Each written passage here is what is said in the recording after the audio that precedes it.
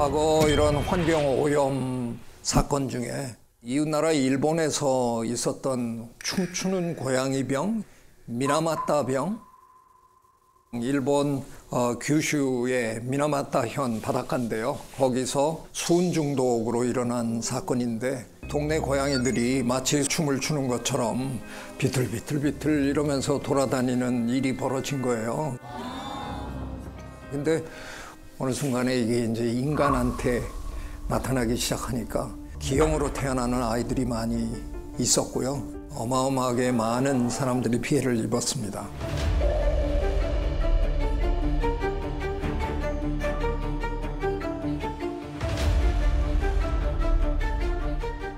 우리나라에서도 뭐 비슷한 사건이 있었잖아요. 1991년에 낙동강 페놀 사건. 낙동강으로 그 폐수로 공장에서 그 30톤을 흘려보낸 거예요. 페놀도 굉장한 독성 물질이거든요. 발암 물질이기도 하고 그냥 소량으로 이렇게 피부에 닿거나 하면 피부병이 걸리거나 뭐 이런 정도인데 만약에 흡입을 하게 되면 5g 정도만 흡입을 해도 거의 치사량. 이게 참 심각한 사건이었죠.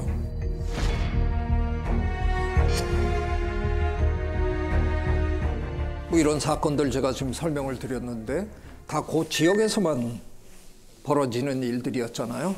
근데 드디어 전 지구적인 환경 재앙이 터진 겁니다. 그게 바로 기후변화잖아요. 뭐 아무도 이 지구에 사는 그 누구도 이 기후변화로부터 자유로울 수 없는 거죠. 이번에 여러분 저 뉴스로 들으셨죠? 텍사스에 갑자기 어마어마한 비가 쏟아져가지고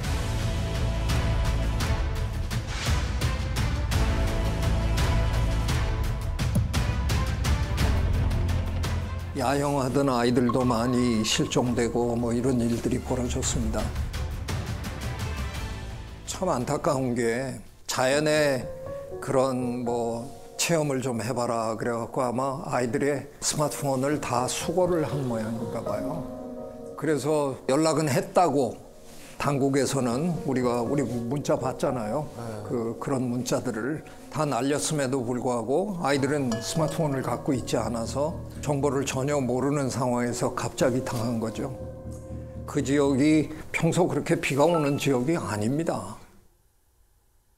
텍사스 같은 곳에 비가 이렇게 온다는 건 뭘 의미하나? 이제는 비가 예전처럼 오는 곳은 오고 오지 않는 곳은 오지 않는 그런 패턴 자체가 이제 무너졌다는 겁니다. 곡창지대에는 비가 안 와서 요즘 흉년이 들고 있고요. 비가 오지도 않던 곳에는 갑자기 비가 쏟아져서 인명피해가 일어나고 이런 일들이 지금 벌어지고 있는 겁니다.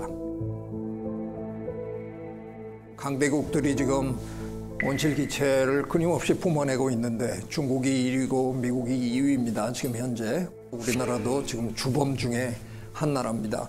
근데 아무 죄가 없는 저 남태평양의 투발루 같은 나라는 지금 우리가 뿜어내는 온실기체 때문에 빙하가 녹고 바닷물이 지금 차올라오니까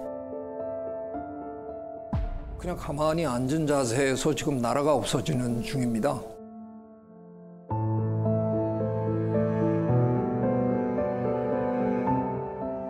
기후변화 때문에. 얼마나 황당할까요? 2020년 여름에 장맛비가 며칠 동안 쏟아졌는지 아시는 분 계세요? 20일? 20일? 조금 더 쓰셔야 될 것 같아요. 한 달. 한 달? 한 달보다 더? 42일. 2달. 거의 2달. 뭐 지금 경매하는 것 같아요, 지금. 50일. 50 얼마? 50일? 네. 50일? 맞춘 걸로 하겠습니다. 54일. 우리가 관측을 시작한 이래 가장 긴 장마가 불과 4년 전, 5년 전 일입니다. 그런 일은 방글라데시에서나 일어나는 줄 알았는데 이제 우리나라, 독일 뭐 이런 데서 그냥 수시로 벌어지는 일이 된 겁니다. 재앙의 판도가 바뀌고 있다. 이게 바로 기후변화의 현실입니다. 아니, 근데 출산이랑도 많이 연결되는 것 같아요. 왜냐면 아이를 낳았건 안 낳았건 안 낳은 친구들은 이렇게 세상이 엉망이고 걱정이 돼서 못 낳겠어라고 낳은 분들은 너무 걱정을 많이 하는 거죠. 우리 애가 클 때 괜찮을까? 그런 얘기를 들을 때마다 참 착잡합니다, 마음이. 그래서 저는 종종 요즘 그런 얘기하고 삽니다. 똥 싼 놈이 치우고 가야 된다. 뭐 이 얘기를 제가 요즘. 야, 요거 썸네일로 좋네요, 선생님. 똥 싼 놈이 치우고 가야 돼. 네, 그러니까 저지른 놈들이 뭐 뭔가 책임감을 갖고 어느 정도는 마무리를 하고 가야 된다. 근데 기후변화가 이렇게 심각한 와중에 걱정거리를 하나 더 자꾸 제가 던져드리고 있습니다.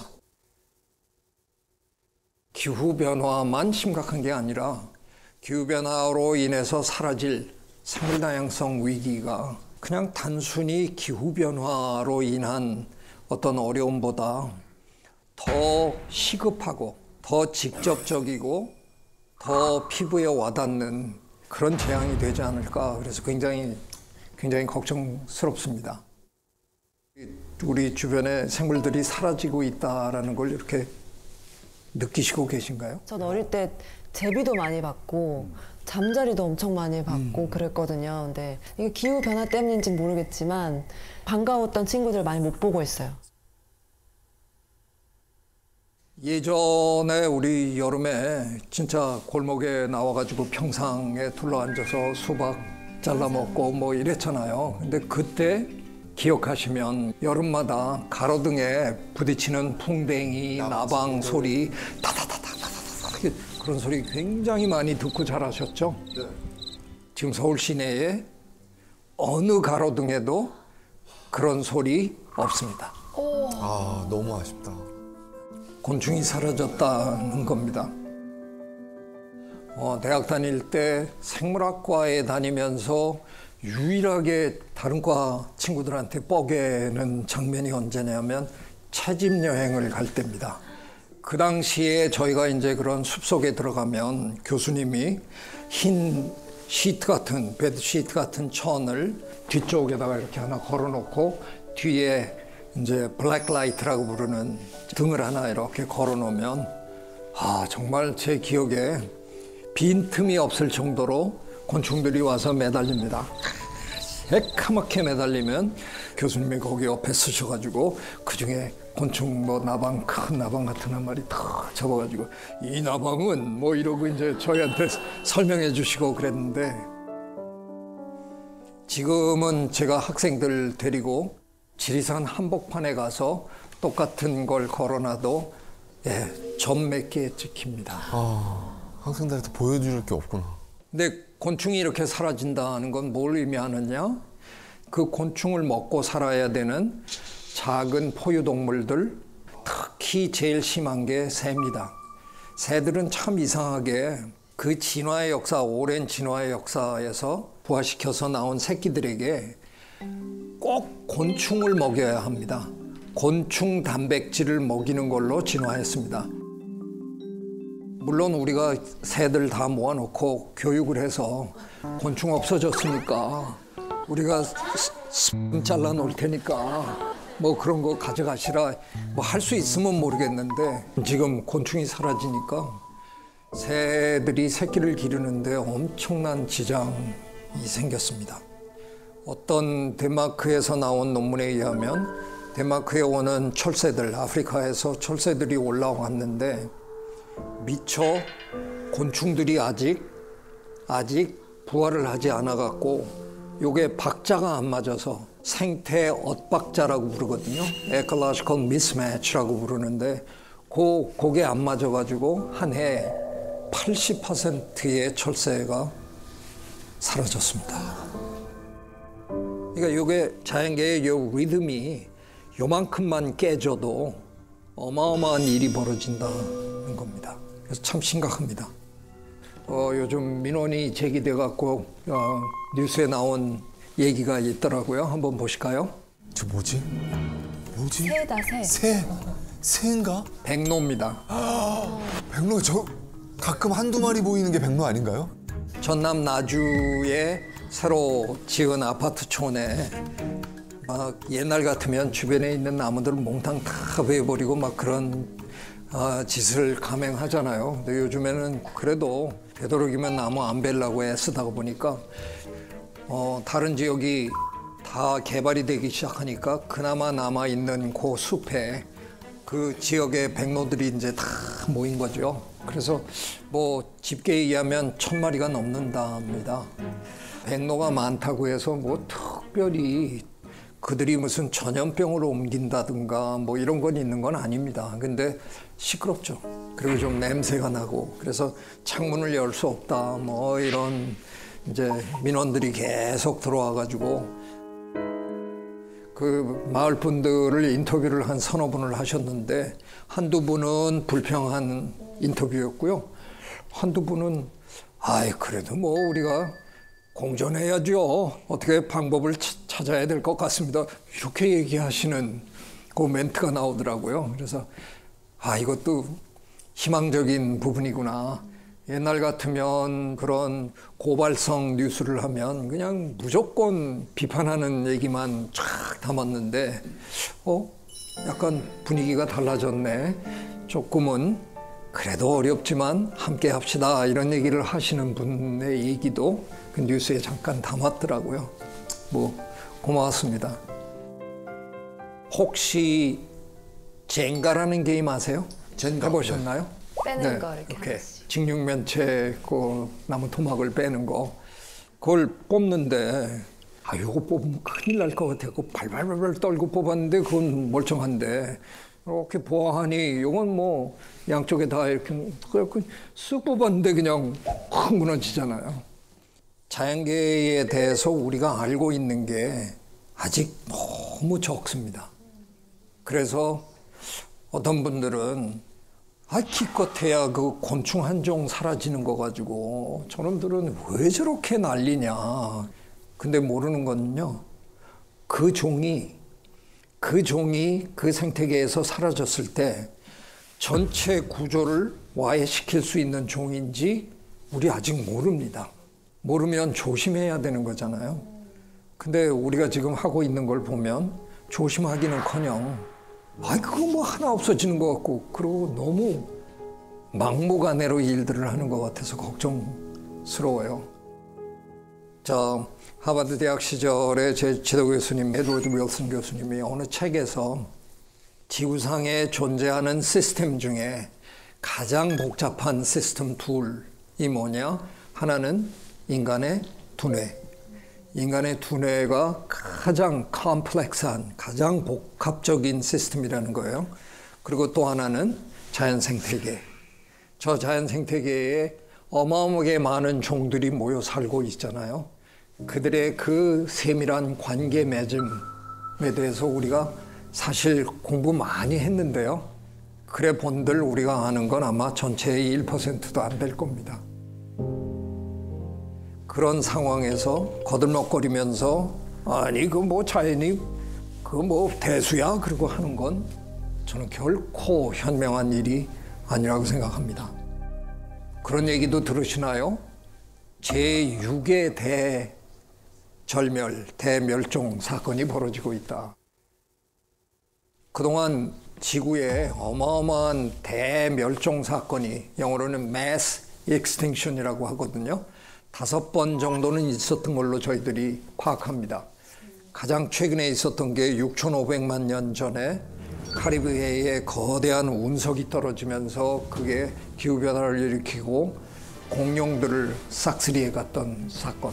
그게 6,500만 년 전의 일이었고요. 근데 안타깝게도 지금 또 그런 일이 벌어지고 있다는 겁니다. 우리가 지금 살고 있는 바로 이 시대에. 근데 지난 5번의 대절멸 사건과 지금 벌어지고 있는 제6차 대절멸 사건에 아주 다른 점이 하나 있습니다. 그 전에 절멸 사건들에는 동물들이 다 사라진 겁니다. 공룡이 사라지고 뭐 삼엽충이 사라지고 뭐 이런 식으로 동물들이 한꺼번에 싹쓸이 당한 사건들이었는데요. 지금 벌어지고 있는 제6의 대절멸 사건은 식물이 사라지고 있다는 겁니다. 식물이 누구냐? 자연계를 떠받치고 있는 가장 밑에 중심적인 그런 생물 집단이거든요.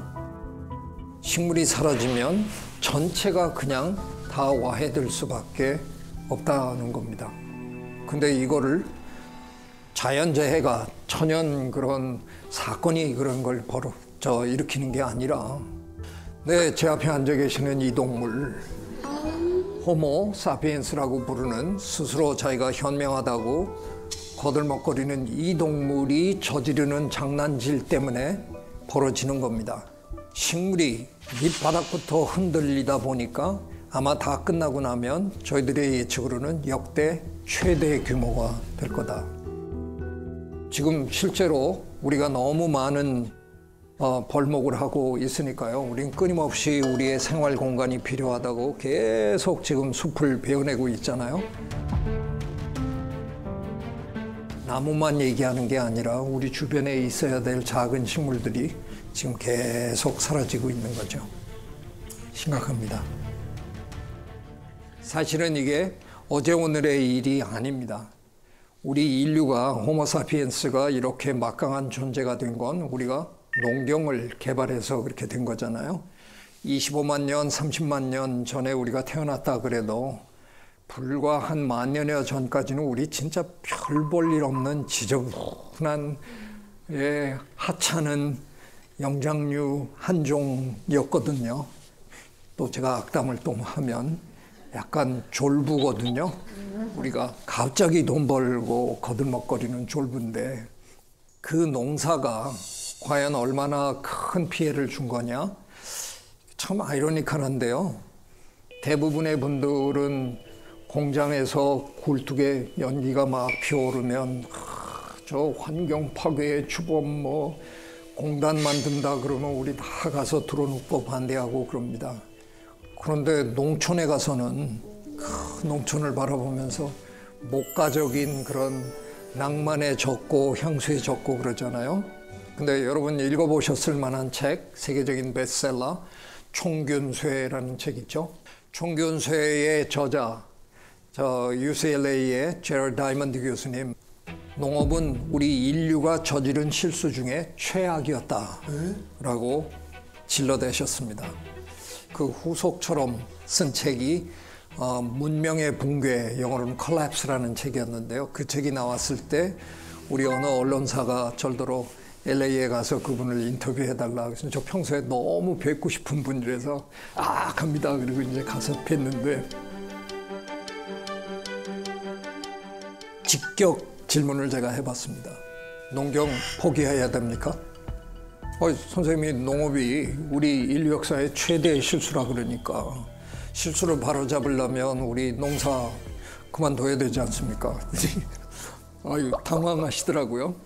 아니 그렇다고 해서 내가 갑자기 농사 짓지 말라 그럴 수는 없을 것 같긴 한데 그래도 내가 잘못은 지적해야 되는 거 아니냐. 네, 농업만큼 생물다양성 파괴의 주범이 없다는 거죠. 우리 농사 어떻게 지어요? 들판에 나가서 갈아엎잖아요, 일단. 그러면 거기에 있는 식물 다양성을 완벽하게 제거하는 거잖아요. 0으로 만듭니다. 그리고 우리가 원하는 식물 하나로 쫙 심는 거죠. 지구의 최대 지주가 누군지 아십니까? 벼, 보리, 밀, 옥수수. 얘네들이 지금 지구 최대 지주예요. 지네가 무슨 재주로. 우리가 예전에 길러주기 전에는 저 들판에 말없이 피고 지던 잡초였어요. 그런데 우리가 길러주는 바람에 지금 지구에서 가장 큰 지주가 돼서 떵떵거리고 있습니다. 그러는 와중에 사라진 식물들이 어마어마하게 많다는 거죠.